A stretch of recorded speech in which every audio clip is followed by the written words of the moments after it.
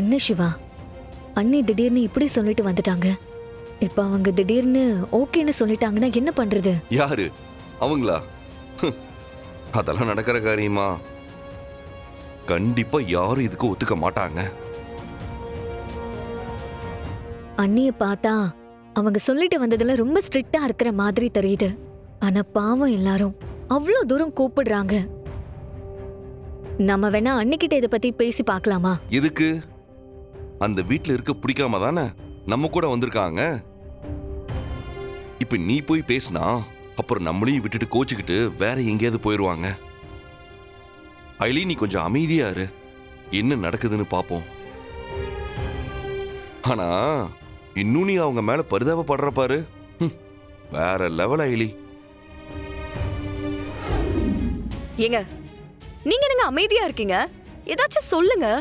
ரித்திகா, எனக்கு அக்காவை தவிர வேற எதை பத்தியும் யோசிக்க முடியல. என்னங்க அந்த ஐலி? என்னோட அக்கா இல்லாம என்னால இந்த வீட்டில் இருக்க முடியாது. எக்காரணத்தை கொண்டும் அவங்கள இழக்க நான் தயாரா இல்லை. இதுவர் என்ன பண்றோன்னு எனக்கு தெரியாது. ஆனா இன்னைக்கு அக்கா நம்ம வீட்டுக்கு வரணும், அவ்வளவுதான்.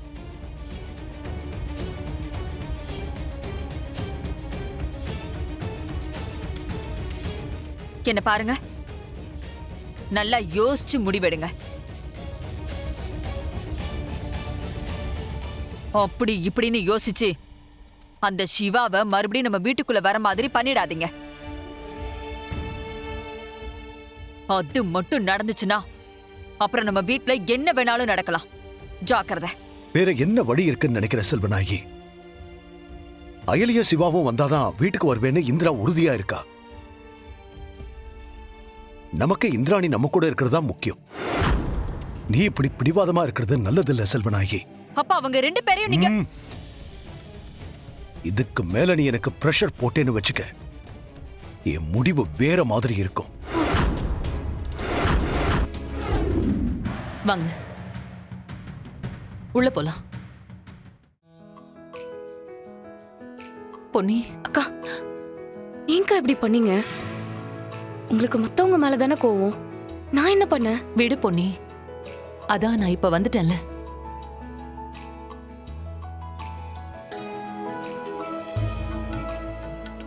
போடி, நீயும் என்கிட்ட சொல்லாம போயிட்டல. அயலேனி, சிவானா,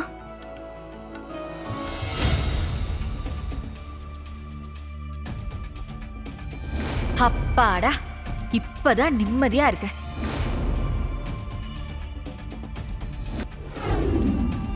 இந்திரா, உள்ள வாமா. ஐலி, வா. வாமா.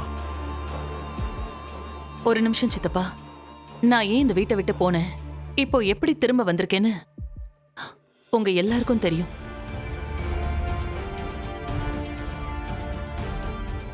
நீங்க எல்லாரும் ஃபோர்ஸ் பண்ணி என்னை கூப்பிட்டதால தான் நான் திரும்பவும் வந்திருக்கேன். அதுவும் நான் சொன்ன கண்டிஷனுக்கு நீங்க எல்லாரும் ஓகே சொல்லியிருக்கீங்க. அந்த ஒரே ஒரு காரணத்துக்காக தான் நான் இங்க வந்திருக்கேன். அதனாலதான் அயலியையும் சிவாவையும் வீட்டுக்கு கூட்டிட்டு வந்திருக்கேன். இனிமே இவங்க ரெண்டு பேரும் இந்த வீட்ல தான் இருப்பாங்க. முன்னாடி மாதிரி யாரும் இவங்க கிட்ட வாண்டடா வம்பிழுக்கிறதோ இல்லனா வீட்டை விட்டு போக சொல்றதோ இருக்கக்கூடாது. என்ன நினைச்சிட்டு இருக்கீங்க நீங்க ரெண்டு பேரும்? சோ நான் சொன்ன டைம் முடிஞ்சிருச்சுங்கிறதுனால எல்லாத்தையும் அப்படியே கிக் ஆஃப் பண்ணிட்டு இந்த வீட்டை விட்டு ஒரேடியா போயிடலான்னு முடிவு பண்ணிட்டீங்களா? ஏ சிவா, நீ வந்த வேலை முடியாம இங்க இருந்து அப்படியே போயிடலான்னு பாத்தியா? அக்கா, நீங்க எதை சொல்றீங்க? சித்தப்பா தான் உன்னோட அப்பான்னு நிரூபிக்கிறேன்னு என்கிட்ட டைம் கேட்டு இந்த வீட்டுக்குள்ள நீங்க ரெண்டு பேரும் வந்தீங்க. ஆமா. அந்த வேலையை செய்யாம நீங்க பாட்டுக்கு அப்படியே போயிட்டீங்க. நீங்க தானாக்கா கொடுத்த டைம் முடியறதுக்குள்ள ப்ரூவ் பண்ண முடியலனா இந்த வீட்டை விட்டு போயிடணும்னு சொன்னீங்க. நாங்களும் அந்த டீலுக்கு ஒத்துக்கிட்டு தானே இங்கிருந்து போனோம். ஏன் என்கிட்ட இன்னொரு எக்ஸ்கியூஸ் கேட்டா நீங்க என்ன குறைஞ்ச போயிடுவீங்க? டைம் முடிஞ்சிருச்சுங்கிறதுக்காக உண்மை அப்படியே பொய்யா மாறிடுமா? எப்படியாவது அயலியையும் சிவாவையும் இந்த வீட்டை விட்டு துரத்தி ஆகணும்னு சொல்லி எந்நேரமோ அவங்கள பத்தியே நினைச்சுக்கிட்டு அவங்களையே ஃபாலோ பண்ணிக்கிட்டு இருந்தோமே தவிர உங்க பொண்ண பத்தி நாம யோசிக்க மறந்துட்டோம். என்ன பண்றது, எல்லாம் என் தலை விதி. கடைசி வரைக்கும் அந்த அயலிய பக்கத்திலே வச்சு சகிச்சுக்கிட்டு தான் வாழணும் போல. பாவம், என்னால நீங்க எல்லாரும் அதை அனுபவிக்க வேண்டியதா போச்சு.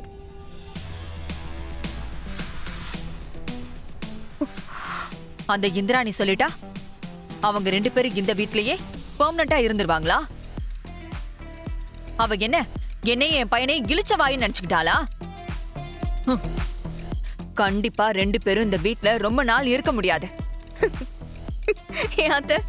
இவ்ளோ நடந்ததுக்கு அப்புறமும் ஆகாத விஷயத்த பத்தி பேசி எனர்ஜியை வேஸ்ட் பண்றீங்க.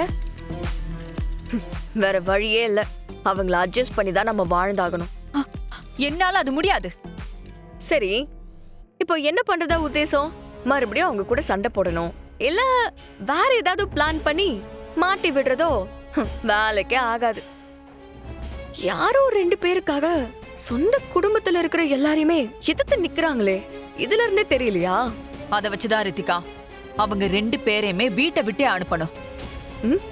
புரியல. நான் யோசிச்சு பார்த்தேன் ரித்திகா, நீ சொன்னது கரெக்ட் தான். நாம அதுங்க 2 பேரை மட்டுமே யோசிச்சோமே தவிர அந்த இந்திராணிய பத்தி யோசிக்கவே இல்லை. இந்த தடவை அவளை வச்சுதான் நாம அதுங்க 2 பேரையும் இந்த வீட்டை விட்டே அனுப்ப போறோம். நீ சொன்னது உண்மைதான்னு உனக்கு நம்பிக்கை இருக்குல்ல? அதுதான்க்கா சத்தியம். அப்போ அதை ப்ரூவ் பண்ணு. அதை விட்டுட்டு நீங்க பாட்டுக்கு போயிட்டீங்கன்னா என்ன அர்த்தம்? அண்ணி, அப்போ நீங்க எங்களை நம்புறீங்களா? இப்பவும் நான் உங்களை நம்பல. அதே சமயம் என்னால சித்தப்பாவையும் நம்ப முடியல. அவரும் சிவா சொல்ற மாதிரியே இவனுக்கும் அவருக்கும் எந்த சம்பந்தமும் இல்லைன்னு சத்தியம் பண்றாரு. இருந்தாலும் என்னன்னு தெரியல, என்னால அவர் சொல்றதையும் முழுசா நம்ப முடியல. எனக்கு இப்போ உண்மை தெரியணும். நீ சொல்றது சரியா இல்ல அவர் சொல்றது சரியான்னு நான் தெரிஞ்சுக்கணும். இப்போ உங்களுக்கு இத்தனை நாளைக்குள்ளதான் உண்மையை ப்ரூவ் பண்ணணும்னு எந்த டெட்லைனும் கிடையாது. அதுக்காக நீங்க ரொம்பலாம் டைம் எடுத்துக்காதீங்க. எவ்வளவு சீக்கிரம் முடியுமோ அவ்வளவு சீக்கிரம் உண்மையை ப்ரூவ் பண்ண பாருங்க. கண்டிப்பா அண்ணி. நாங்க சொன்ன விஷயத்து மேல உங்களுக்கு நம்பிக்கை இல்லைனாலும் எங்க மேல நம்பிக்கை இருக்குல்ல, அதுக்காக சீக்கிரமா நாங்க உண்மையை ப்ரூவ் பண்றோம். தேங்க்ஸ்க்கா. ம்